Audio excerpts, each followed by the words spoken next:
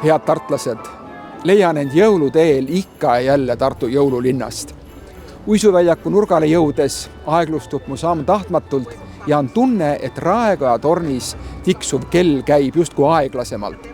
Uisutera poolt mööda jääd veetav jälg kestab küll lõpmatult ja tartlaste naeratused oleks neile justkui jäädavalt näole maalitud. Minu jaoks on Tartu jõululinn koht, kus saab kohata siirast rõõmu, võtta aega, et korraks nautida jõule, selle maitseid ja tundeid.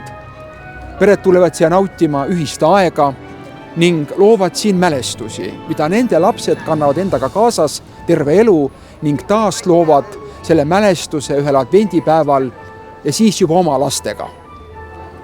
Inimesed jalutavad käsi käes ja kaelakuti ja jagavad embusi ka jõuluvana endaga.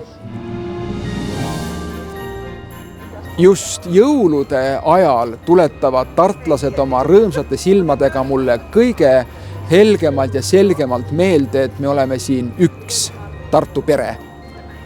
Meid ümbritsevad inimesed on meie kõige suurem kingitus ja mina olen südamepõhjani tänulik oma armsate tartlaste eest.